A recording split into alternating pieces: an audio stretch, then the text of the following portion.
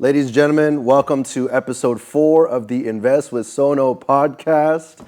We are excited. I'm excited to have our guest here, Mr. AJ Kilmartin. Thanks for joining, man. Thanks for having me. Appreciate you flying in. I know it wasn't just for this, but I'm glad we had the opportunity to come in here and shoot in our new training center at City Blessing Church of Walnut. Freshly dedicated. It's like a few days old now. Yeah, this is an awesome building. Great view. It's awesome. Agreed. Can I introduce you a little bit? You want to tell me about yourself, or should I do the intro? Go ahead. Okay, AJ, you got to correct me if I'm wrong. AJ Kilmartin. How do we talk about how we've been connected? Our families are, I feel like, covenant relationship already. Yeah. We're part of City Blessing Church here in Walnut and out in LA, and our senior pastor, Pastor Paul Tan, is connected with the used-to-be senior pastor of Baltimore, Maryland's Rock City Church. And your parents, Pastor Jim and Pastor Jess, just took over as the senior pastors. They got set in last November, right? Mm-hmm. Last November of 2024. So now they're the senior pastors almost a year now. And you are their, let me get this right, third child, but oldest son. Oldest son, yep. Okay. That's as much intro as I'm giving. That's how we're connected. I feel like we have a very solid bond. Give me a little bit more, like what year of school and everything are you in? What are you, I don't know, what are you doing in life right now? Yeah, so me and James met 2 years ago out here in LA officially, and talked real estate and hit it off, and we've been connected since. And right now, I just finished my second year of school after taking a gap year. Okay. I went for 3 semesters, took a gap year, went back for a semester. So how old are you at this point? 21. 21. Yep, turned 21 in February. Got a good decade between us, man. And you're already investing in real estate. I was doing absolutely nothing good at 21. Just kidding. I met Jesus by like end of my 20th year, right at 21. So I was starting to do good things. It's a good year. Nowhere near as much as you're doing. That's why I'm excited for you to share your story. Yeah. What else? So now I'm, this summer I decided I'm going to be heading to ministry school in Baltimore, Maryland. You got to make the plug. Where are you going to school? Cromwell Christian College. My alma mater used to be CCSM, Yeah. Cromwell Christian School of Ministry, now Cromwell Christian College, Bible School. Yeah, it's a 9-month training program, and be there, get a strong foundation, and then go out into the world and attack it full head of steam. So do your thing. Do where God's planted you. Do whatever God's planted you to do. I love it. Cool, man. Anything else you want to share? No, that's it. That's my intro. All right. I want to leave a lot of room. I think the big thing that I want everybody to be able to hear is, I know you've shared a bit about the story of buying your first property. I should say first 4 properties, technically, because there are 4 doors. Buying your first fourplex at what age? 20, just after I turned 20. 20 years old. You were a sophomore in college, or you had just finished your sophomore year? I had taken a gap year after 3 semesters, so I was in the middle of my sophomore year. Okay. And then I chose to take a break, work, and really was on my heart. I wanted to buy my first real estate property. Okay. And May of 2024 is when I bought my first property. So give me the story. Like let's dive in. Let's talk about some numbers, some specifics. You don't have to get too detailed, but sure. I just want people to get a full picture of what exactly went on. So were you in school? You had just finished your sophomore year? How did you get to that point? Yeah, so just a little bit of the backstory. I mean, for me, when I was in school, I'd be in my dorm room scrolling on Zillow, Redfin, whatever you want to see. I was not locked in. I love to use this phrase, but my football coach always told us this phrase, be where your feet are. Okay. And my feet were somewhere else. Your head were not where your feet were? My head was not where my feet were. Where were you going to school, and then what were you studying? Yeah, Grove City College, and that was in Pennsylvania, about an hour north of Pittsburgh. Okay. And I was studying business management, entrepreneurship. That was kind of the route I was. Did you study that from the beginning? That was like your... Yeah, that's where I started. Okay. Yeah. So I actually went in undeclared, and then after a semester, I declared the business route. So, yeah, that was kind of where I was at in life. And like I said, scrolling Redfin and Zillow, and I was like, man, like this is not it. Like I'm not where my feet are. I'm not focused. and I really wanted to be planted for a season. And honestly, I wanted to drop out right then and there, but my mom was Every like, entrepreneur's dream. I told you, I yeah, was yeah, like, yeah. that was low key like one of my dreams as a college student. I was like, I really want to drop out and like start a business and just be like a Mark Zuckerberg where I dropped out. So I'm sad to say I never accomplished that dream. I graduated and actually have a degree, you know. So Yeah. you might be able to accomplish that dream of mine and drop out of school. We'll Okay. see. So in that, I decided best route would be take some time off of school. Okay. And my mom really stressed to me, I have a plan, which I did, but she wanted me to have a 1 year kind of period. And I expressed to my parents and anyone that I was talking to my situation about that this wasn't just drop out of school because you weren't doing well or whatever. I was doing fine. I really felt like my time could be used better elsewhere. Okay. And my head wasn't in school. It was somewhere else. It was being an entrepreneur. And in that, I chose, if I take a break, there are three main things I want to do. I want to work for 1 year in a business, and it was my dad's business. I really wanted to get real world experience. And number two was I wanted to coach. I love coaching youth Football? sports. Yep, football. I coached high school football for a Nice. season, Nice. and then a youth high school basketball, not through our local high school, but through a league that we put on through our church. Okay. And so I was able to do that as well. Real estate wasn't one of those things. It just Nope. happened And to. the third one was buy my first property. There you go.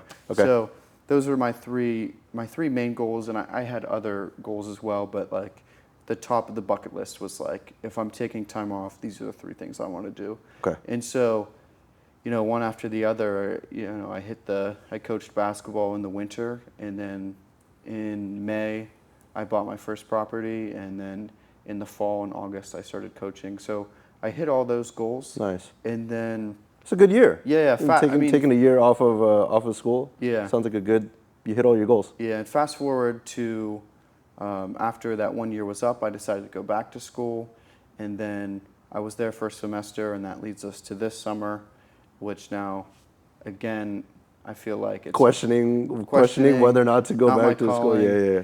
Now I can say I'm a two-time college Two-time dropout. So one more than Kanye West. So, but no, seriously. Okay, take me back. How did you hear about how did you find the property in the first place? You said it was an off-market deal, so it's not, you were looking at Redfin, Zillow and stuff, but you didn't find it there. How did you find the property? Yeah, through that, I was walking through properties. I had a buy box of what I wanted in a property, what I was looking for, and I wanted it to be between 2 and 4 units because that is the limit of when you can own or occupy a primary residence and they'll cap you at 4. qualify for a residential or an FHA loan. Yep. And so really I was walking through duplexes, I was walking through triplexes, and there was not one 4-unit on the market in Altoona where I was. So for me, I didn't have much of an option. It was either a 2 or 3 unit. And all of the places I walked through, they just didn't make sense for my situation. They were either beyond repair and needed a ton of work, and I wasn't at that stage where I could do that or was well versed in that. And then the other was, lacking experience in capital, right? You probably have to spend a bunch of money too. Capital is the big one, and then experience at that point too.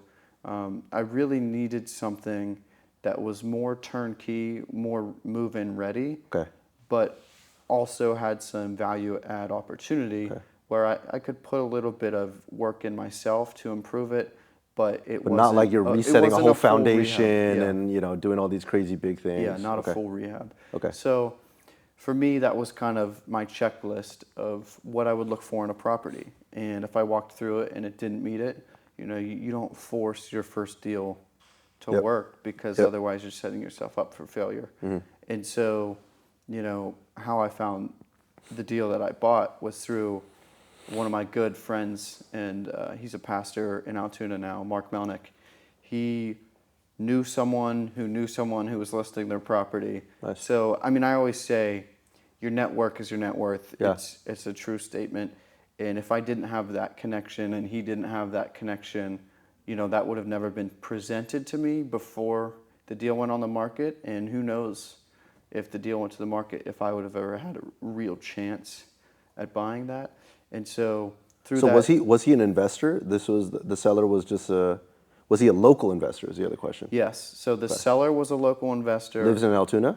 Lives and in just Altoona. owns a bunch of properties Yep. in the city. Yeah, lives in Altoona, owns a number of properties in the city. Okay. And then two, my friend Pastor Mark Melnick, he also is an investor, does some real Wait, estate. you say like he's just like a random friend. No, he's the pastor at the church that your parents were pastors at. Yeah, but before they moved he to was my Baltimore. friend before he was a pastor. So, Okay. so he's a good buddy of mine, and He's not your age. I mean, this is like a 40-something-year-old dude, right? yeah, he's probably 46. There you go. He's bald. You know, he's old. He's bald and old. No. Yeah. Pastor Mark, I hope you're not watching. Sorry, But Pastor Mark. AJ's words. I'm gonna send this clip just for you, man. Okay, continue. So Pastor Mark knows someone. Yeah. Knows a seller who's a local investor in the city of Altoona, and he's looking to sell some properties. Yeah. So Connects you directly, or what's the right. story? So before he decides to put it on the market, you know, we connect. He gives me his phone number, and then Pastor Mark and I both walk through the property with him. And so we were able to see all 4 units. And from the seller's perspective, he probably thought, okay, this kid's just tagging along, right? Like, I'm probably going to sell to, you know, Mark. The old bald guy. The old bald guy, yeah. Sorry.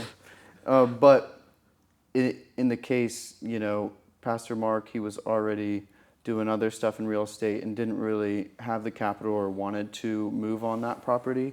And it was exactly what I was looking for. Nice. It was a 4-unit. There was 1 vacancy at the time, so I would have been able to move right in, Have some cash flow. have some cash It's flow. not a heavy fixer. Yeah, no living expenses from day one. And That's insane. it was really perfect. It was hidden for me.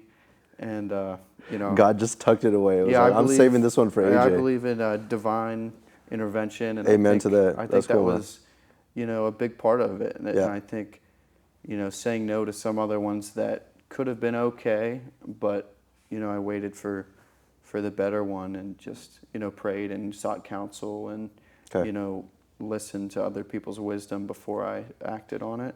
I remember the one triplex that I walked through, I was like, I think this is the one. There's other interest, like I got to put an offer in, and there was like urgency behind it.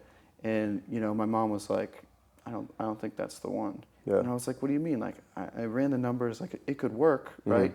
You know, low price point, all this, and talked to some other people, and they were kind of in the same boat as my mom. They're like, yeah, you know, is the neighborhood okay? Yeah, but it's not great. Yeah. Is the property okay, but it's not great? So there was like, yeah, you could make it work, Yeah. but is it the right move for you? And I think that's important for a lot of people to know. Like your first one, yeah, I mean, you might rough it a little bit, but like if it's really below standard or it's like not that great of a deal, you don't have to force something. Yeah, to don't jump happen into a deal and try to make just to something get a happen. deal. Yeah. And so for me, I was so, you know, anxious to get a deal. I so wanted to get my feet wet. I think that's the Yeah. struggle of like all entrepreneurs, anybody who's like really business minded, especially when you're young, you're like itching to just do something, get your feet wet. Yeah. And it's, I don't know, I think opportunity can be a good thing, but it's also like the Achilles. I think your dad is the one who My said this. dad says that all the time. I've had this conversation with him, and he was like, "Yeah, opportunity is the Achilles heel of entrepreneurs." You know, Yeah, where- too many opportunities. exactly. And I think it's more of just discernment, trying to figure out and praying on it too, and just asking like, "All right, which opportunity? There are a lot of Right. good opportunities, but not necessarily the ones that I need to take." Sure. Anyways, continue. Yeah, and so in that, you know, decided not to put an offer in on that triplex, Okay. and then shortly after, 1 street up from where that triplex was, Nice. is where I walked through the 4-unit, Okay. and you know, from the jump, I was like, man, this is it. Did you Like, see all 4 units? I got to he walk was through able all to- 4 units. All at once. Okay. Actually, 2 of them were vacant the first time that I walked through it. By the time I bought it, He had there filled was- one of them? He had filled one of them. Okay. And so I was able to see the 2 vacant and then the 2 existing tenants, which I don't want to speak badly about anybody, but they were not grade A tenants. So, Okay. you know, that would scare some people off. Yeah. But for me, I just saw tremendous opportunity. I like it. And, you know, it was just a deal of a lifetime for me. First deal, and it was 4 units. No other 4 units on the market. This wasn't on the market either. So I thought, if I'm really serious about this, like I'm gonna want to move, and I'm gonna want to move now. And so through that, I walked through the second time with an electrician and a plumber. Nice. A friend of mine that goes to our church. Two different guys. Are you in contract at this point? No. You're just walking, asking, can I just take another look at it? Yes. Second before we get walkthrough. into any sort of offer position. Before I bought it. Okay. And then really, I got all of the rents, all of the current leases. Yeah, rent rolls, everything. Yep. And I was able to run my numbers and see what would make sense for me, to put forth an offer. He was asking 175,000, which this is where we get into the little numbers, which, if you're listening from Walnut, LA area, you're cringing right Bro, now. 175 is like a decent down payment in Right. in Los Angeles. But yes, 175 for 4 units. That's Yeah. crazy.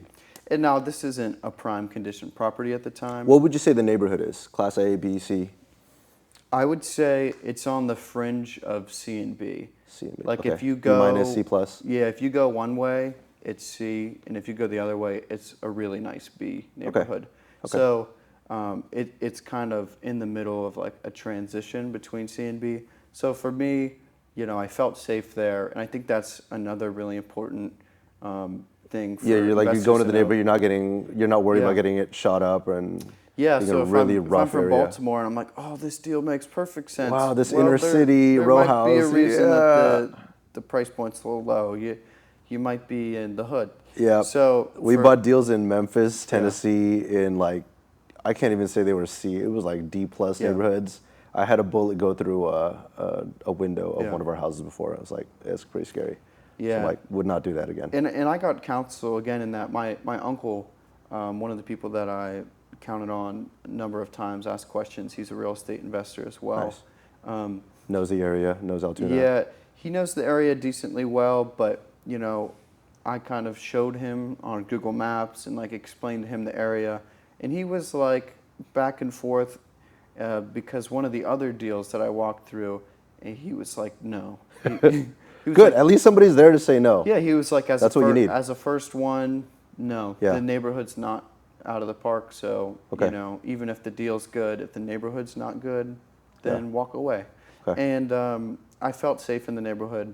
Like I said, right over here is a really nice B class neighborhood. Right over here is C class. So Okay. still not bad, but not super high. But that's where the opportunity is. I think right in that blend that's between where the the two. most value add opportunity is Yeah. is C and B neighborhoods. If you go A neighborhoods, that It's priced in. You're that's buying at the top of the fine. market. Yeah, You're not going to make any It's money. usually going to be turnkey, and like I said, you're not going to be able to add too much value. But the hassle Stable. It'll be is- very is not gonna stable. be Won't that cause you problems, but you won't make that much money. good. Yeah, Yeah. You get a trade off. Different markets for perform sure. differently. For sure. 175. 175 is what he didn't even have it listed, right? So whenever I asked him the first time, I was like, "What are you thinking?" He just told you. And so then he told me okay. 175. I think it was sell for 175. Okay. I'm like, okay. And I run my numbers, and really I was comfortable between 154 and 156 Okay. was where my numbers Got, like came right in down at. to that range. Yeah. That's good. That was pretty specific. But I offered him 150. I wanted a little bit of wiggle room. I hadn't had an inspection or anything, or I didn't know if anything might come up. So I prayed on it, and also, my buddy Pastor Mark, he blurted out a number as soon as we walked through. It's like 150. Oh, I was he's like- the one who told you. I I was like like, that. 150. That's interesting. I was like, okay, well, I'm going to run my numbers, do my thing. But then I also felt 150 was the right offer number. Okay. And so took that to the seller after I walked through the second time, and I was like, I'm really interested. I'd like to move forward. And he didn't like it. Yeah, I'm sure. So, 25K down, but, he expects a little bit of a counter. And so then he recounters at 160, and I was okay with that. Okay. And, if my numbers are at 156, I have a little bit of wiggle room there. And I felt I'm not going to nickel and dime them, for another $2,000. Sure. In the end, that wouldn't matter as much. So I'd rather, the way that I looked at it the first time was I'm okay with 160. And so through that, you have to take your next steps. And, I don't have 160K cash, so I have to get financing. Yeah, let's talk about your financing. What kind of down payment? What kind of program did you use? Was it FHA conventional? Because it was a primary residence, Correct. so you're getting pretty darn good terms. Like, Yeah. can we unpack that a little bit? I want people to hear. Yeah. So I, going into the deal, thought I was going to get an FHA loan. Okay. And thought I was going to put 3.5% down because that's what all the YouTube experts were saying, right? Yeah. I read the books, I watched the YouTube videos, I listened to the podcasts, put 3.5% down, the minimum down payment, and live in one unit and rent out the other three. Right? That's what they were saying. And it works. I did it. But the financing that I got, because the FHA ended up not working out because I didn't have enough work history. Yeah. I went through a local bank, another net worth. Wait, we have to Net back up. worth. Sorry, as you were trying to get the loan and doing all of this. Yeah. At what point of schooling and work were you at? You said you were working at your dad's company. Yes. How long had you been working there? So after my third semester of college, that's when I took my break. So that was December of 23. Okay. And then immediately day after I dropped out, I started work for my dad. Okay. And so, end of 23. Yeah, December 23. This was like December 20th was my start date, I think. Okay. And so... And you said this is May of 24. So Yeah. you have like 5-6 months of And so work I have history. about 5... Well, no, that's not true. Because whenever I came into agreement with him the first time, this was like January, February. Uh-huh. So I was active. As soon as I came back, I was actively looking for deals. And this one came up pretty quickly. So about February is whenever we came into agreement. Oh, you're negotiating with the seller in February. Yeah. 2 months later. Yeah, 2 to 3 months. After getting your first official job. After working, yeah. Okay. And so through that, I have an FHA provider that said, yeah, we'll work with you. They pre-qualified me based off of my income that I had. And then...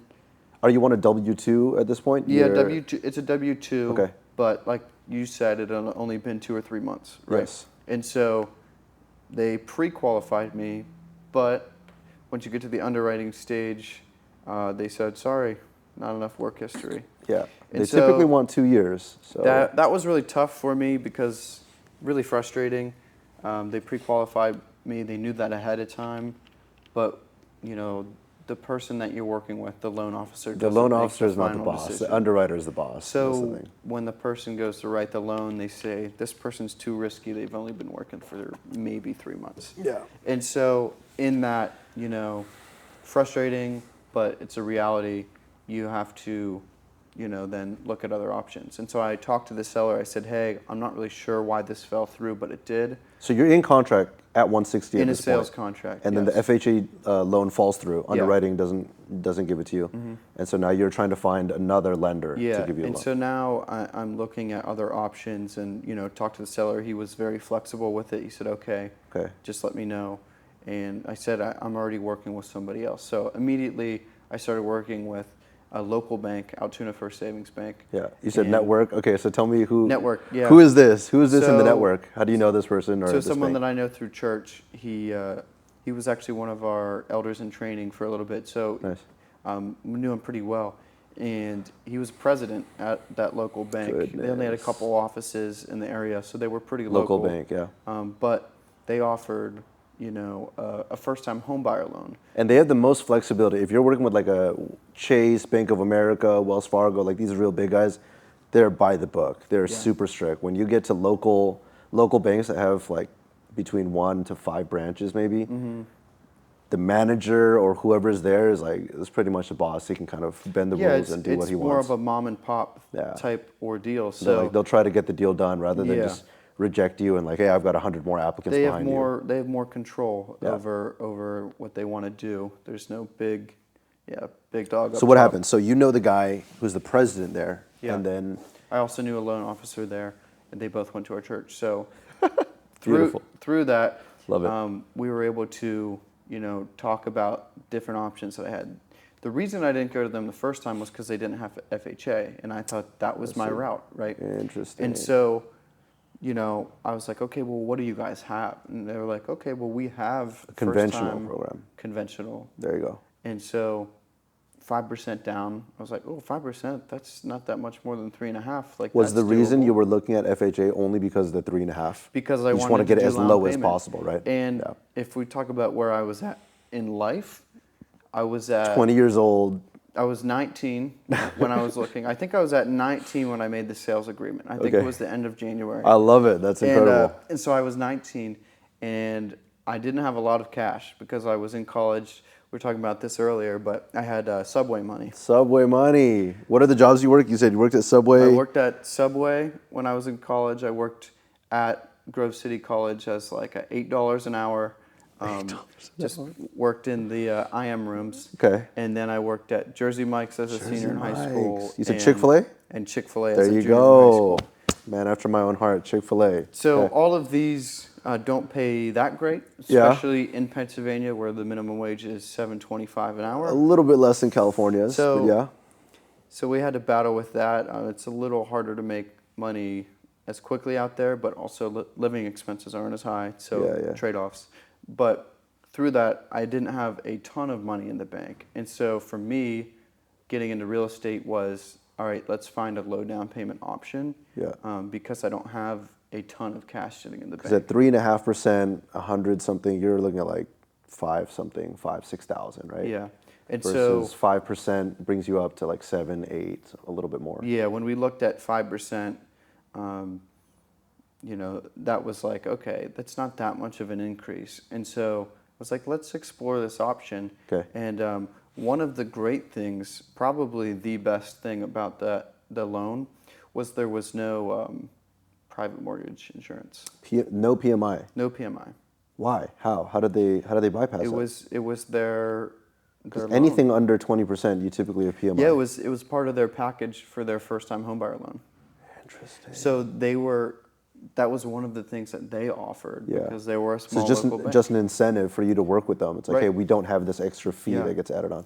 And so That's awesome. realistically, I mean, that probably saved me $120 a month. Yes. Which is awesome. And I wouldn't have known that unless I worked with them. Yeah. So 5% down, conventional. Now I'm working with them. I got to get And they approve you. Got to Did they get do them the all my underwriting and papers, everything? and Yeah. they do that quickly. They approve me, so now I got to go back to the seller and say, hey, just give me some more time. I am now pre-approved with them. Now we have to go through the closing process. Yep. And so that takes me to, I think beginning of April is when I had that all situated with the other bank. Okay. And so, 30 days closing, got to May 10th. And so I closed on May 10th. I brought 5% down, and then I'll talk about the situation after that. So the next thing you do when you bring all the money to the table before closing day, right? You have to get an appraisal on the home, and so an appraisal is basically someone saying Third-party judgment of the value of the How property. much is it valued at? And we at this point were at 160. I was going to pay 160. And then the appraisal comes back at 150, right? And so for me, I'm like, oh, that's interesting. I offered 150. And the seller's thinking, I wanted 175. Yeah. And then I took 160 and now they're saying 150. I took yeah. 15K off, and Yeah. now you're telling me I have to take another 10 off? Yeah. And so he was upset, and he wanted another appraisal to see if it would, be valued more. And rightfully so. I mean, I think it was a little low, but that's not my decision. That's not his decision. Yeah, It's the and you third can't party's- you can't influence No, his opinion. It's the professional's job Yeah. to value that. And so, was he surprised? Was I a little surprised? Yeah, but ultimately, the bank will only give you a loan up into the value amount. And so, in this case, it was 95% of 150,000. And so, what happened next was he said, I really want 160 and I don't want to move from that number. And I said, well, the bank's only going to loan me up to the 95% of the 150, 95% of 150,000. which means you have to which come up is- with 10K on top of Yeah. the 7 or 8 or whatever it is that you're putting into the Right, deal. and so now they'll loan me $142,500. Okay. And I have to bring $7,500 to the closing table Plus closing 10K. costs, which ended up being another like Couple $4 grand. grand. $4 grand, really? Yeah, Yeah, Okay. about $4,000. They Okay. make you do your insurance premium up front and all Sure. that. And so on top of that, then I would have to bring $10,000 to cover the difference between 150 and 160. So you're at And so 7,500 for Yeah. 11,5, would have been 21,5. 21 grand. Yeah. And As opposed to 11. I think that's as the opposed big to thing. 11, yeah. Where you're doubling basically the Right. amount of money that you need. That's a lot more. Yeah, and for me, I was like, could I do it? Yes. And it would have stretched me. You got to work at Subway a few more shifts. Yeah, You know? probably a couple more Subway. I think I got deducted pay once for eating too many sandwiches, but no.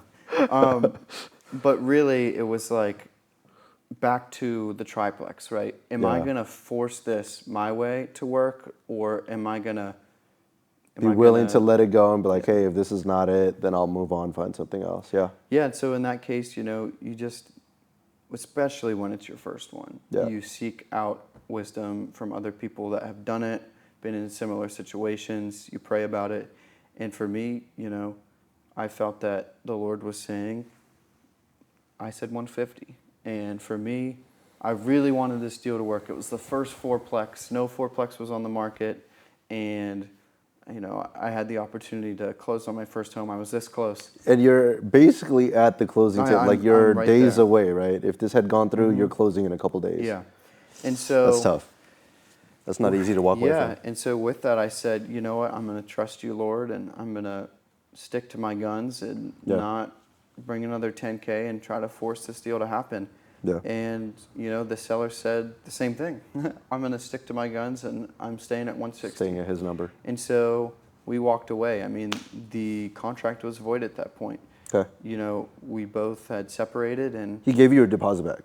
so I gave him an earnest money deposit as a good faith to say, like, we are in agreement, we're in sales agreement.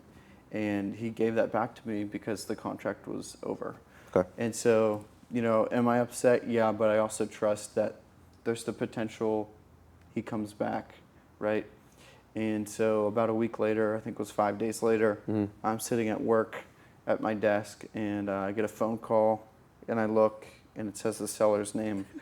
And I'm like, my heart starts pounding. I'm like, okay, what's he calling me about? Yeah. He wouldn't be calling me unless he's calling me back for a reason.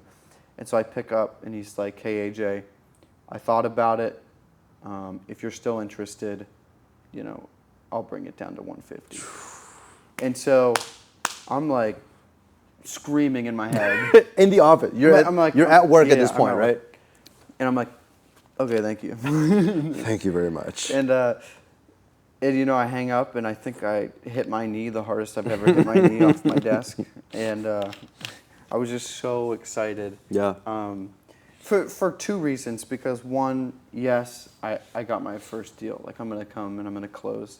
But for two, I was like, wow, like, the Lord is faithful. Yeah. I mean, you said 150 originally. Yeah. And even whenever I, went up to 160, I still, felt like the Lord was moving and giving me this opportunity. But when the appraisal came back, God and brings you he back said, down. You said 150. No, I told you what I said. Yeah, and That's so, cool. I was so happy. I called my dad. I called Mark because he was the one who walked me through it. Yeah. And, I was pumped. And so from there, then you just got to make it to the closing table. And I think I pulled out, 11,500 cash or whatever Yeah. it was, and gave it to the bank. Amazing. And that felt pretty good, pulling out all your money from the bank and holding it cash. And like, well, now I have to go give it away. Well, and then you get a property in exchange, so But I think now a pretty decent now deal. I get the deed, 4 so- units. You're putting $11,500, and you're getting 4 units. Boom. Close the deal. What month is this? May 10th. I May closed 10th. the deal May 10th of 2024. Okay. So today, that's 15 and a half months ago or whatever. Okay. But yeah, I was excited. I got the keys, signed the papers in the lawyer's office, Yeah. and walked away, and I was pretty pumped. That's awesome. What's the story? What happens after that? I guess between then and now, I know you said you work with some of the tenants. Some of them moved out. Yeah. Well, give me the rental situation. What was like Yeah. coming in when you first bought it? You closed May 10th, 2024. What is it? Is it cash flowing at that point? How much are they renting for? You said at that point 3 out of the 4 units, right? Yeah. So were the hunt is the fun part of real estate, right? yeah. Whenever you pass the closing table is the real part of real estate. Yeah, the hard part. And so for me, on day one, I have 3 tenants, and the layout of the 4-unit is there are 3 2-bedroom, 1-bath apartments and 1 1-bedroom, 1-bath apartment. Okay. And so the rents that were coming in were for each 2-bedroom apartment, $525 a month, and then the 1-bedroom was $410 a month. And then one of the 2 beds was vacant. So really, I was bringing in, if it was fully occupied, it would have been just shy of $1,900 a month. Okay. Or just over $1,900. At those numbers. Yeah, but take away one of the 525s. I mean, it was only bringing in shy of 1,500. It was like 14 something. 1,460 or something. Sure. And so with that, I mean, my mortgage was mortgage escrowed with, you have principal, taxes. PITI, yes sir. Yep, insurance, and All in, your monthly payment is what? that was escrowed, and it was $1,270 a month. Dude, that's good.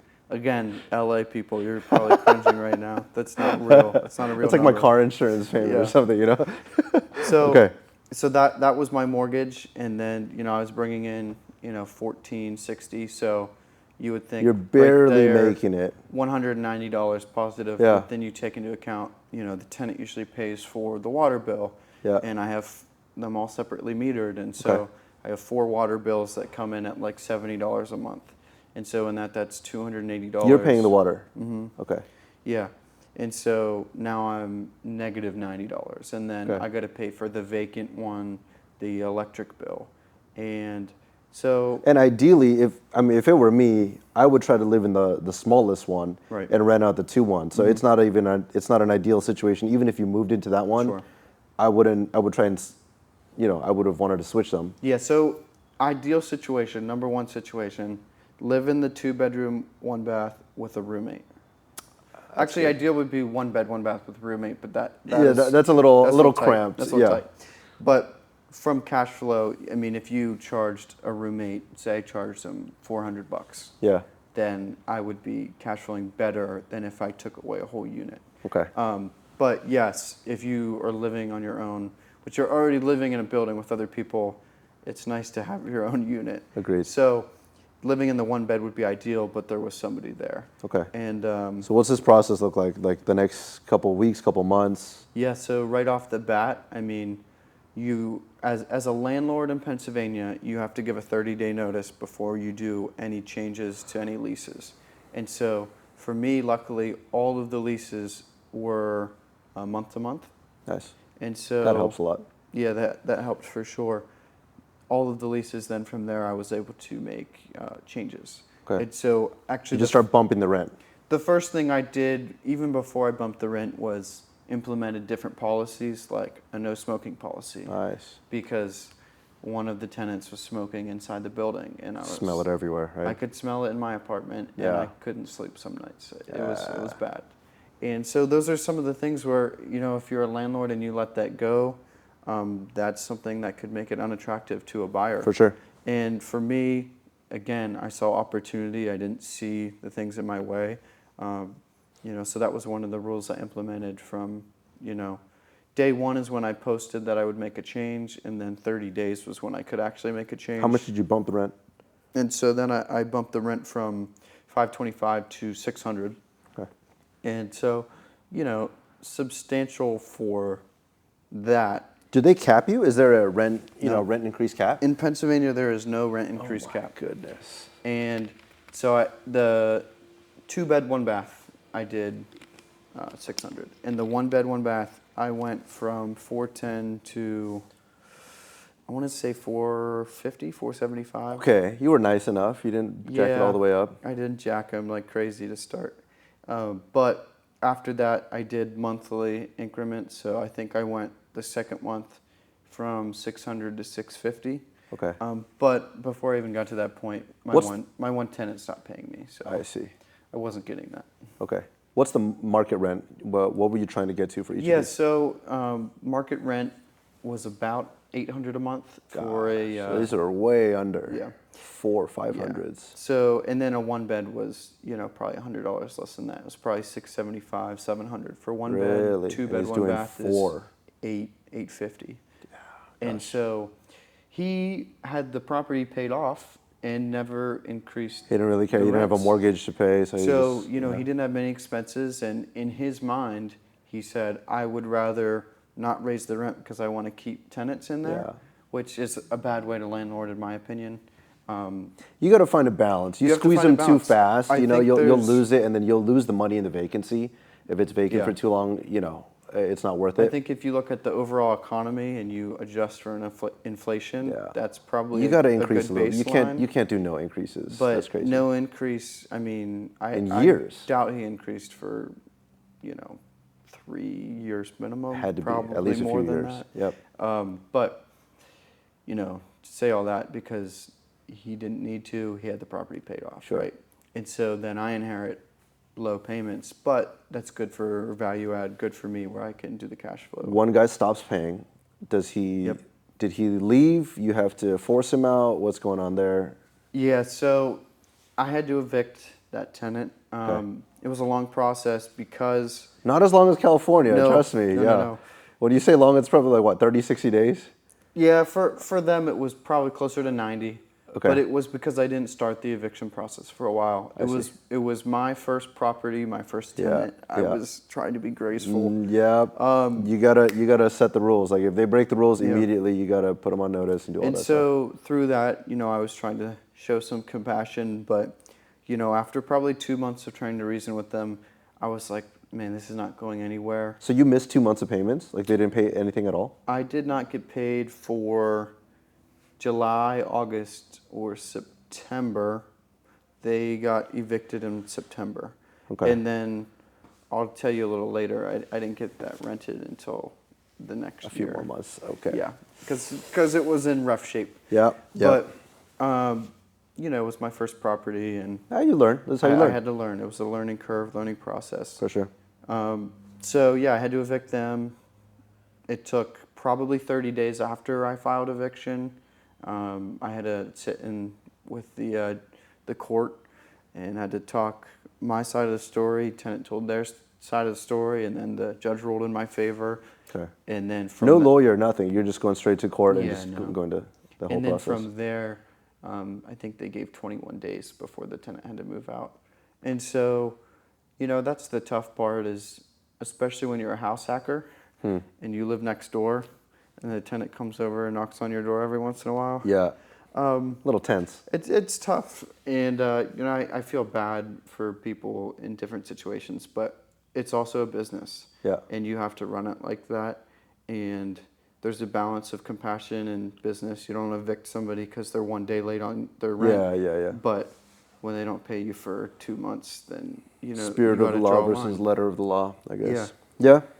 And so then somebody else later that year, I think it was October, just left, no notice, Moved out. moved out, and so They were paying. They just they paid, suddenly and moved then I reached out to them, text message, everything, stopped responding, and Okay. then I was checking my mail, and their mail was full, and I was like, this is interesting, and I was ready to sign a new lease because the program that he was in was like a government program, and that had ended, so I had to write a new lease with him. Oh, interesting. And so Like a Section 8? It was not Section 8. It Housing was, program of some yeah, kind, it but was the a housing government, program. like government subsidy. Yeah, local. And so I was reaching out to create a new contract. I liked him. He was a decent tenant. And Just disappeared. no show. And then I Alright. knocked on the door a bunch of times, no answer. I was like, that's weird. And then the one day I was like, it's been a long time. I got to go check. Yeah. And he had moved out. So all of his stuff was gone. He had left. Okay. And so, in that, That's good for you, actually. I mean, it now you was get the okay. turnover without having to force anything. he left it in it bad shape? decent condition. Okay. So it was a quicker turnover than the other one that I had to evict was pretty rough. I mean, I think I had to dispose of over 2,000 pounds worth of stuff and, tear out all the ceiling tiles and, do a full makeover. But, this one was a better turnover. Okay. So now, fast forward to today, where are you with that property? And then what's next steps, I guess? Yeah, so, fast forward, I've put people in all 4 of the units. I've done mostly cosmetic. You moved out. You're no longer Yeah, living in the I property no now. longer live there. I've done Okay. mostly cosmetic renovations to 3 of the units. Oh, Nice.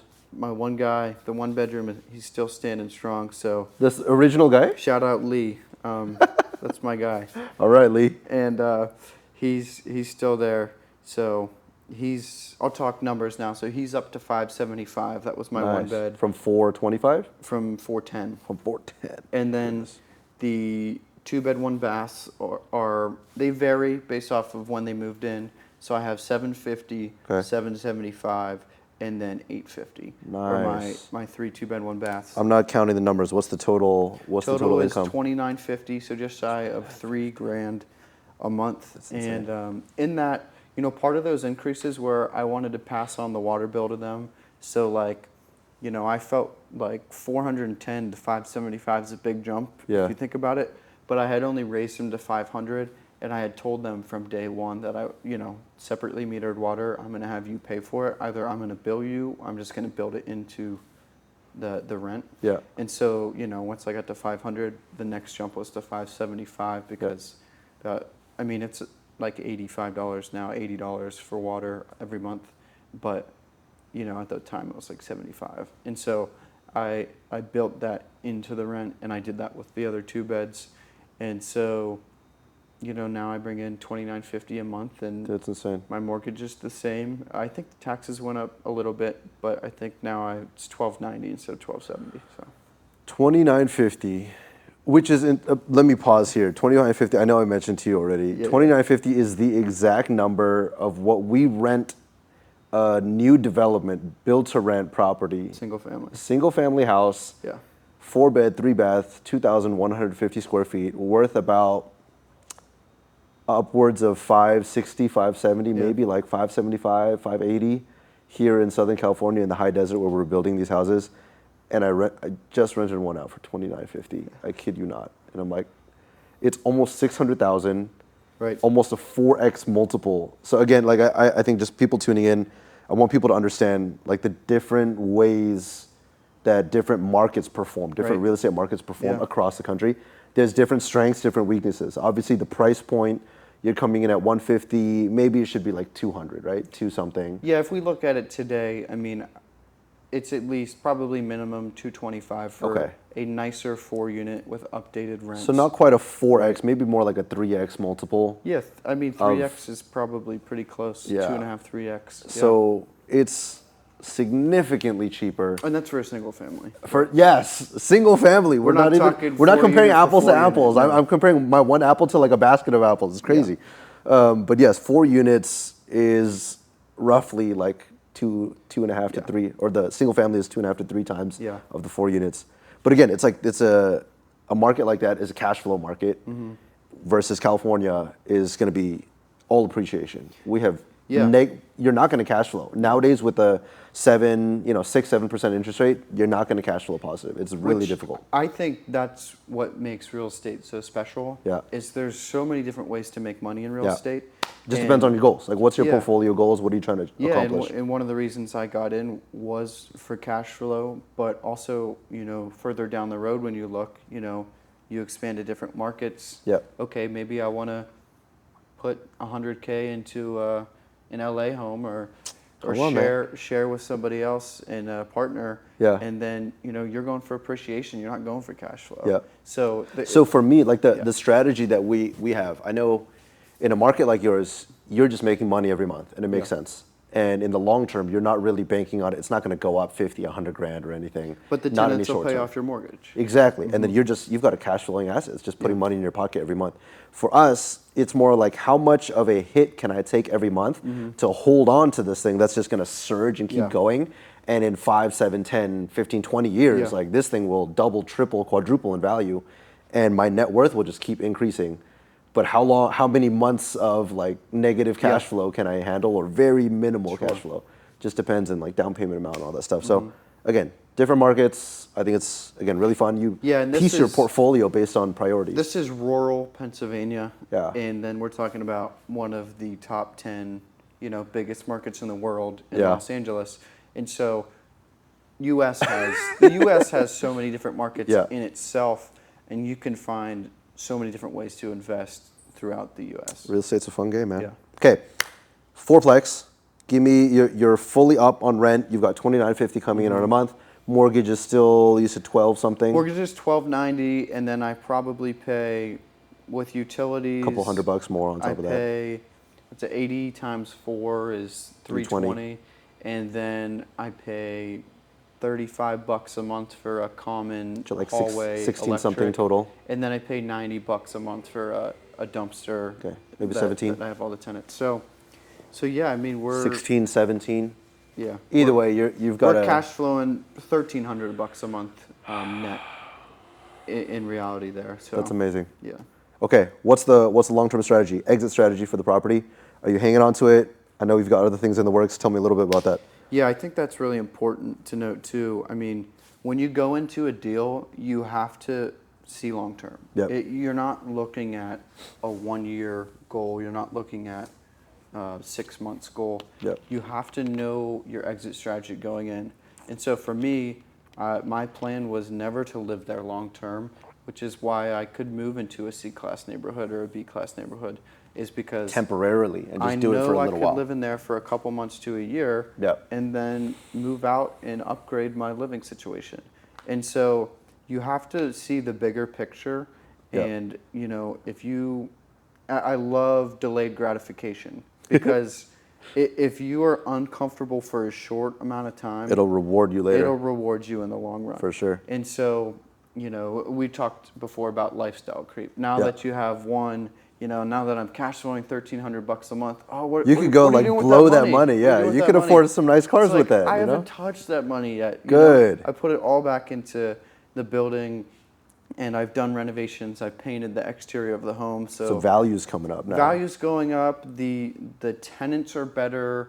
They enjoy living in the home more. Nice. I mean, one of my most recent tenants that moved in, they told me that I was a little scared when I was walking around it. I was like, I don't know if this place is going to be good. Then they walked in it and they saw the unit. They're like, oh, this is like nice. Yeah. But when you looked at the outside, they're like, I don't know about this.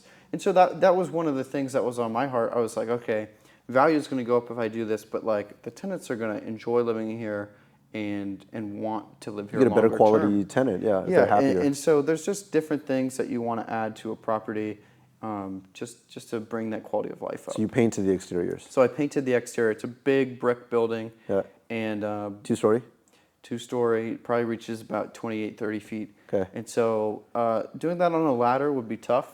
Little scary. I decided against that, and I rented a boom lift, which Smart has move. the arm goes up across, and rented that. I think I spent $1,300 on that for 8 days of a rental, and then I dropped probably $1,000, maybe a little over $1,000 on 20 gallons of paint. Nice. And did this yourself. You're not hiring anybody. Right. And then I did different, supplies, painting supplies. Okay. And I think I spent $2,500 total, and I had it quoted at about $10,000. That's insane. So I saved myself about $7,500, and Which is the same amount as your down payment. which was the same amount as my down payment. Could have bought another property with the money Yeah. you saved on the paint. And so That's insane. I think in real estate, as much as you can do yourself, you're going to get the best value add. We call that sweat equity. Yeah. So if you're looking to turn over the property or pull money out, that's a really good opportunity for return on your investment. But if you're looking quick, you want to do something bigger scale, then you might want to hire it out. And there was some things throughout the time that I hired someone more skilled than me to do. Not big projects, but you learn your strengths and your weaknesses. Know what you can and can't do. Yeah, agree. I think it's that's a good tip for especially first time investors, first time home buyers. If you're doing a house hack like this, if you can put in some sweat equity and do some work, it's gonna make sense. Like gonna pay you're probably dividends. you're probably strapped for cash. Like you don't have too much money to hire out and everything. So it makes sense to do some things on your own, save the money, and then be able to build up a little bit more liquidity later. for it's levels to the game, right? For me at this point, I'm like, all right, I got a wife, 2 kids, another third one on the way. I'm like, I'm not going to be painting this house by myself. I'm like, the time and energy that it would take me to do something like that, I'd rather pay somebody and then focus on something that's a bigger return on my time and doesn't risk me falling off from 28 Sure. feet and putting my kids at risk. All I have to say is that was not OSHA approved. I was hanging out of that cage. Yeah, OSHA's like- not involved when it's just like you this. doing your own thing. You Yeah, paint it however you want. You get injured, that's your fault. I was a little too risky there a couple times. That's but funny. That's funny. I put in some long nights too, but Okay, hopefully by property 2 and 3, play it a little safer.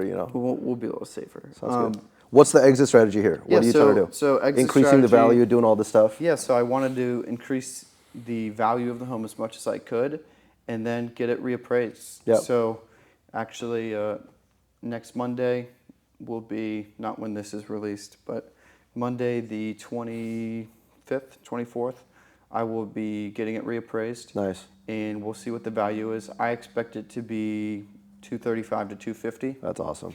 And, all in costs, I mean, I should have calculated it.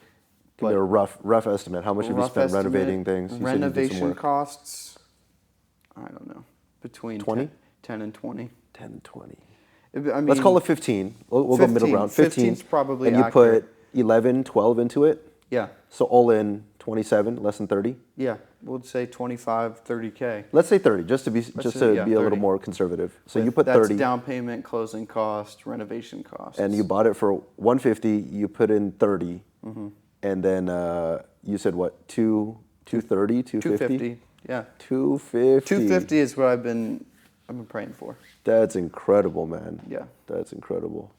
Gosh, so you've got another. It was what, 150? So let's say another 100 in equity if you And so- refinance. So with that, my exit strategy, yeah, appraise it, see what the value is, but then I want to access that equity. Yeah. And so what I'm going to do is called a cash out refinance. There you go. And so there's different ways to access the equity. A lot of people refinance if the rate is better, mortgage rate.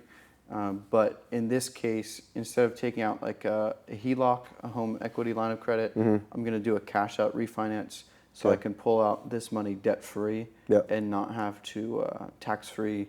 Yet it's debt, so I don't have to worry about You're not paying any capital any gains. money Yeah. on gains.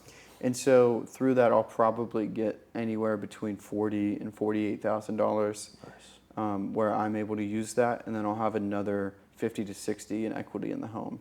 What would your mortgage come to in that scenario? Have you run those numbers? Yeah, and I've run those numbers, and so my. I mean, you've got so principal- much room. You're still Yeah. cash flow positive. And when you're cash flowing $1,300, that really helps. You've got room and to play so with. I'm Yeah. actually it'll go from around $1,290 to $1,450. It'll probably my increase $200 Couple $100 bucks a bucks. month, Okay. 150 to 200. And so for me, Oh my goodness! I'm able to access all that equity, all that cash by only increasing my monthly payment by maybe $200 a month. Yeah. And so I lose $200 a month in cash flow, so I'm down to what, $1,100. Yeah. But I'm able to grab. But now you liquidate, you've got Close to another 50K, 40, 50 grand to play with. Yeah. Okay, now let's get into the next phase. 40 to 50K, let's say you've got that in hand. What's the next steps? I know you've got some big stuff happening, Yeah. even like today as we're talking. Sure. And so, with that money, again, exit strategy, thinking ahead, what are you going to do with that money? You don't want it to sit in a bank account. Yeah. That's a waste. So Well, because what are you paying on it? 7%? What's 7.25%. What they're quoting at 7.25%? Yeah. And actually my refinance is also 7.25%. There you go. Keeping the same rate. That's Yeah. good. Yeah. And Well, you so- can't let it sit because it's burning at 7%. Can't let it sit. Yeah. And so with that, I was going to look at another investment. And for me, at the stage of life that I'm in, I'm moving for the next 9 months to Baltimore, Maryland.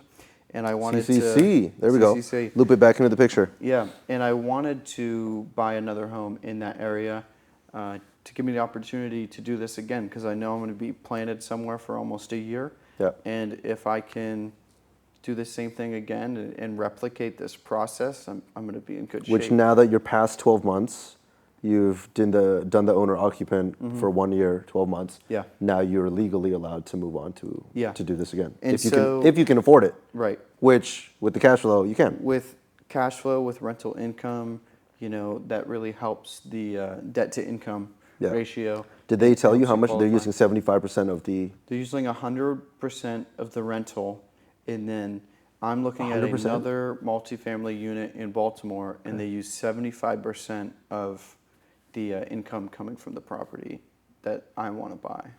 of the second, so if you're looking at a duplex, they'll take 75% of the second unit on the one that you're purchasing. Correct. But 100% of the rental income already coming in from there. Yeah. It's amazing. They also add the mortgage as debt, right? Yes. Yeah. Well, actually, back up a second. They don't. So they take the cash flow number. So if I'm cash flowing 11 Net, you're saying like a net 11 cash or flow number after the 1300? mortgage. Yeah. Yes, they put that on top of your income. Exactly. So for me, I have a little bit of student loan payments. That's my only debt, and then my income is my W-2 income Plus plus the the rental income net after your mortgage and all of that. Yes. Yeah.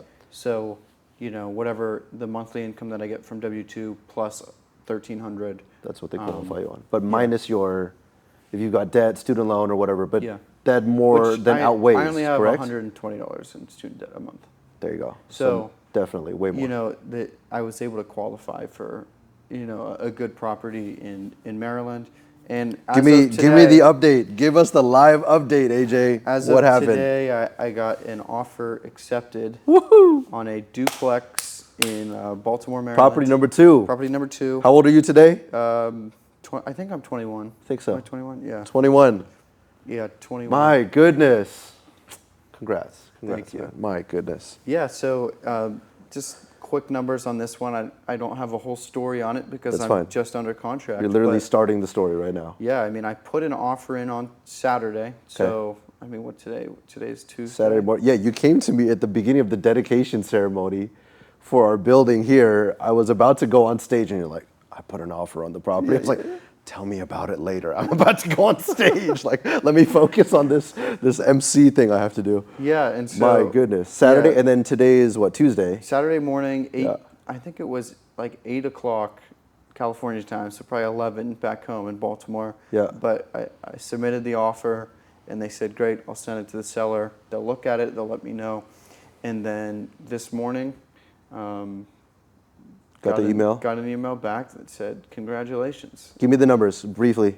Yeah, so the property is a duplex. It was listed at $230,000. Yep. And it had been on the market for 60 days. Okay. And I went on a open house walkthrough, and I was one of 4 people to walk through, so I knew it wasn't highly sought after, but I called the realtor, wanted to see interest. In the meantime, I got, pre-approved for, up to the listing amount. Same bank? Different bank. Different bank. Okay. Yeah, whenever you, just know this, if you ever get your credit pulled, you're going to get about 45,000 phone calls in about it's a insane. week. Every bank. There's a way to opt out of those. Yeah. It's insane. You get Every so many bank in calls. America is going to try to call you to get your business. But so actually through one of those calls, I talked to a number of lenders because I was actually interested in getting another loan. And I said, hey, let's look at what a primary would be down in Baltimore. Yep. And so they ran the numbers, and I got qualified for that home. Nice. And so instead of $230,000, I wanted to be a little creative this time, and I offered $240,000. I offered $10,000 over asking price. Okay. $10K over asking. Unpack that. I know why you did it. Explain to Yeah. everybody here. Why would you pay more than what they're asking? Why would you pay more when it's been on the market for 60 days, right? It's in my head, you should pay less. Yeah. Because it's like, hey, if it's undesirable, I'm paying less. Yep. But I know there's a strategy behind this. Right. And so for me, when I talked to the listing agent, there was a little bit of interest someplace else, but I asked if the seller was willing to do seller's assist, which what that is they give you a credit back at the closing table at your down payment. And so for me, I said, okay, if I were to give you 10K over asking price, would you give me 10K at the closing table? And they said, yeah, we'll do that. We would do that. Because at the end of the day, so people understand here, the seller walks away with the same amount of money. Same amount of money. If I say, hey, you want 230, I'll give you 240, but give me 10K back. They still get 230. He still gets 230. So whether he gives you the closing costs or not, whether it's 230 and there's no closing assist, or you go 10 over and ask for 10 back, he still nets 230. So if he's a nice guy, he wants to get the deal done. It's like, all right, well, it doesn't make a difference to him. For me, when you look at the effect that it makes on a monthly payment, I think it was $30, $40 extra a month. Because you're building that extra 10K into the loan, into the purchase price. And then I'm not bringing $10,000 more to the closing table. I get that paid back to me. And so now if you look at it, I am going FHA, and I got approved FHA. Okay, which means 3.5%. 3.5% down. 3.5% of $240,000 is $8,400. Okay. And then figure closing costs probably another, I don't know, I want to say 5K. Yeah. What do you think? Yeah, 4 or 5. The last one was 4. Yeah, so we're probably looking at like $12,500, $13,000. Okay. Right? And with then a 10K credit. 10K credit means I only have to bring $3,000 down. Which is only 2 months of cash flow, 2 to 3 months of cash flow from your last property. Right. My goodness. And so, there's different strategies here. Yeah. And this is one of the ones that I tried last time. When I was in, negotiation with the seller, I said, would you be interested in seller's credit? He's like, I've never done that before. Like, talk to me about that. What do you mean? I didn't really know what I was talking about. And, but I wanted to try it, and he wasn't really feeling it. He didn't want to do that. And so this time around, I was like, okay, if you look at cash on cash return, if I'm only bringing $3K to the table for a $240,000 property, quarter of $1,000,000 property, that might be a good cash on cash return. That's as close to free real estate as you can get. That's quite literally. And recently I've gotten my Pennsylvania real estate license and soon to be Maryland real estate license. There you go. And I'm gonna represent. Will you get it in time to close this deal? You've gotten it already? I'm in the process. I'll get it in the next week and a half, 2 weeks. Yeah. Before you close the deal, because you just opened. You would have just opened today. Yeah. And so in that, so you make a commission. I'll be able to represent myself, make a commission. How much is the commission?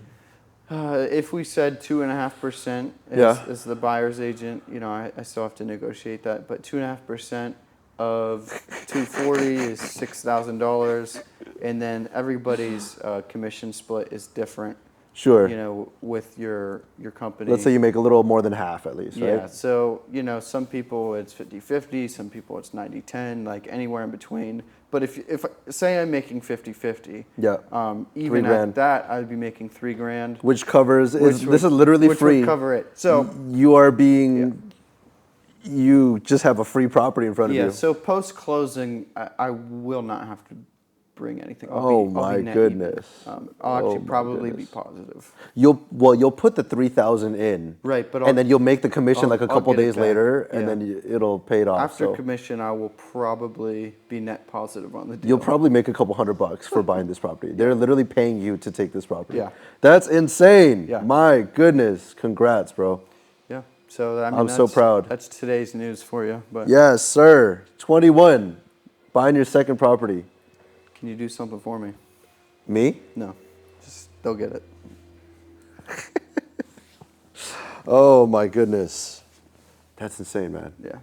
I don't know. I feel like there's so many things to take away. For me, a lot of why I wanted to bring you on was just so people hear this story. I think my heart is really to have people, especially young people like Gen Z, millennials even. I think a lot of millennials are in a different position. A lot of Gen Z, I feel like a lot of people your age, like early 20s, people are maybe disenfranchised and they feel like, well, the economy is trash and job market is really difficult. I can't get a good job. I can't make money. Housing prices are too high. Right. Inflation is too strong, et cetera, et cetera. You can make all kinds of narratives of why things are going against you.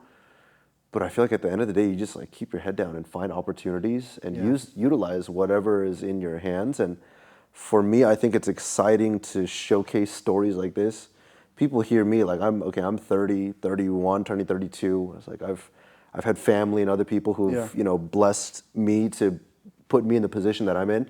And I feel like a lot of people will look at the things I talk about in real estate and they're like, oh, okay, that's James doing that.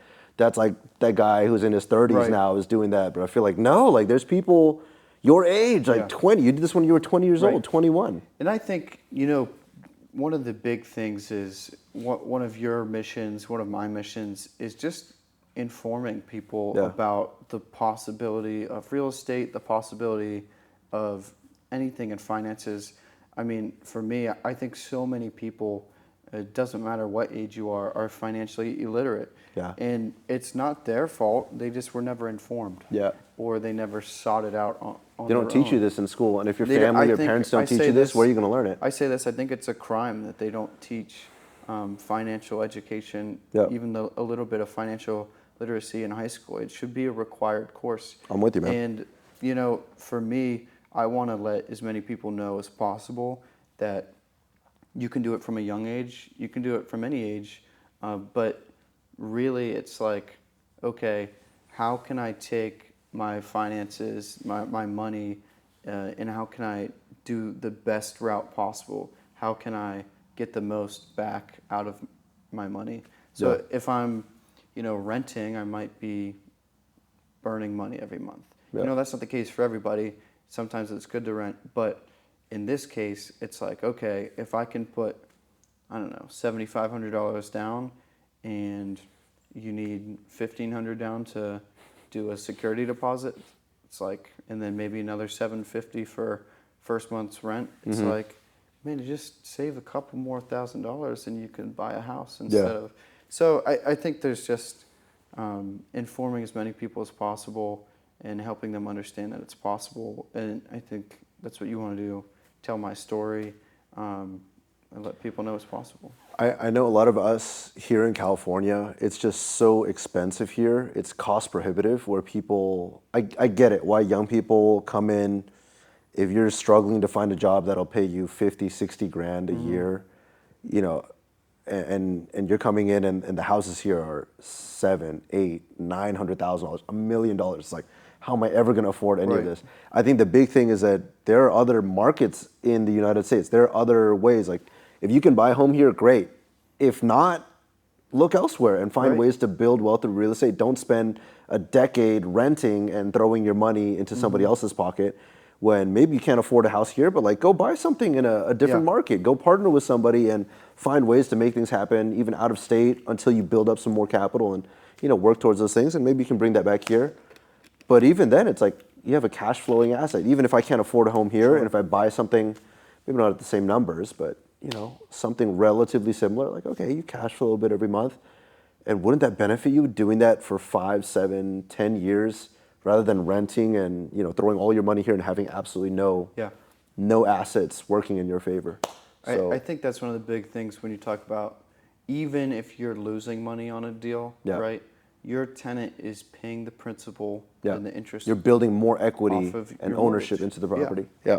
And so it's not just, I'm throwing my money away, whatever. It's like, okay, I'm actually building equity in an asset that if I sell or whatever you do, like I cash out, refinance, you can access that later. Yep. If you're renting, you can't access that. Yep. I mean, you got to be able to go from renter to landlord. Like, that's got to be your mindset long term. Or not even landlord, just buy your first home and have equity in a home. So yeah, man, we got to find a way to help me jump in on something in the market. I'm like, I think always thinking about, like we said, the different markets and how an East Coast, not even East Coast, but like a Pennsylvania, a Baltimore is going to cash flow way stronger than something here, and then appreciation is going to be way stronger than there. Yeah. I think there's, I don't know, some merit to being able to explore the different strengths and packaging these things together. I'm like, I don't know, man, we gotta work up something. You gotta let me jump in on something out in. Well, you're in Baltimore now. yeah, So Baltimore, and I think this is where I kind of wanted to land and then kind of close this out. I think the big thing is that you were in Altoona. You were in school, not too far away. That's where you grew up, right? Your family and everyone was there. And then now you're in Baltimore, and now you're buying a place in Baltimore as you're getting ready to go to Bible school there. And for me, I think this is a big thing too, where I want people to hear, understanding that all of these things that you're investing in, your real estate, your portfolio, even your stocks, even whatever it is, all these assets and things, they should align with and back the things that you feel you're called to in life. Like, where's God calling you? He's calling you in this season to go to CCC, go to Bible school. And it's like, well, if I'm here, I might as well invest here and buy a property here. You have a place to live while you're in school, and then you can rent out the other one and do all of these things to grow your portfolio, build your assets, and line up those things with the call of God in your life. And you're like, well, I'm here for a purpose, and my portfolio is going to follow me and help support that. It's going to help to have some more cash flow, while you're doing that. If you can expand and do a little bit more, like find ways to open up a new line of making money and opening up a business while you're in school, that'd be incredible, right? Yeah, and I think we talk about the different markets, right? So in Altoona, if my appraisal comes back $240,000 for a 4-unit, I go down the hill to Baltimore and I'm paying $240 for a 2-unit. 2 units, yeah. Right, and then you come out here to LA and you're paying, $500,000 for a 1-unit, a single family. No, you're not 500. That's on the low. That's about as low as it goes. 6, 7, at least in our area. 6, 7. So I mean, really, you have to identify where can I invest if I can invest at home, and what markets can we move to. So I mean, if you're a young person watching this video, I mean, if you have 40, 50K and you're like, that's still, it feels like a lot of money, but it's not getting me anywhere here in LA. Yeah. You can use that just somewhere else, take it to a different market. And I talked about it earlier, but your network is your net worth. So if you know somebody in a market that is much more favorable, knock on that door, talk to them and see, hey, what does it look like out there? Are there any deals? Maybe talk to an agent that's local. Maybe a guy who has Maryland and Pennsylvania, soon to be dual state license, right? Hit me up. Yeah. That's good, man. My goodness, thank you so much for sharing. I'm so encouraged. I hope people are encouraged hearing this. I think that's my whole heart here, is just to give some inspiration, encouragement, where people realize like it's possible. I think once you start to understand that there are other strategies, there are other markets, there are other ways to approach this. Real estate is such a versatile industry and asset class, where even like different cities, different regions, different markets, different strengths, and all of these things, you can find ways to grow your wealth, build your wealth through real estate. Doesn't have to look like the Southern California, Los Angeles way. I think that's what people here get really boxed into, and I'm like, no, let me bring AJ on, like expand your horizons a little bit, understand like, no, he's done it a very different way, very different price point and all that, but in the long run, like it all helps out. Yeah, and that's what I was saying earlier, like you have to be able to expand your capacity, your knowledge, what you know about real estate. It's not just your local market. It's way more than that, and the more you know, the more you can act on it. So, if we can help in any way, like, that's awesome. Deals to come soon. Sono and AJ, Sono and Kilmartin partnering up, crossing the East and West Coast. I love it. We'll get something together. Thank you so much for your time, man. Appreciate having you. Yeah, appreciate you. All right, man. See you on the next episode. Subscribe. Comment, Sono subscribe. T-shirt in the comment. There you go. The description.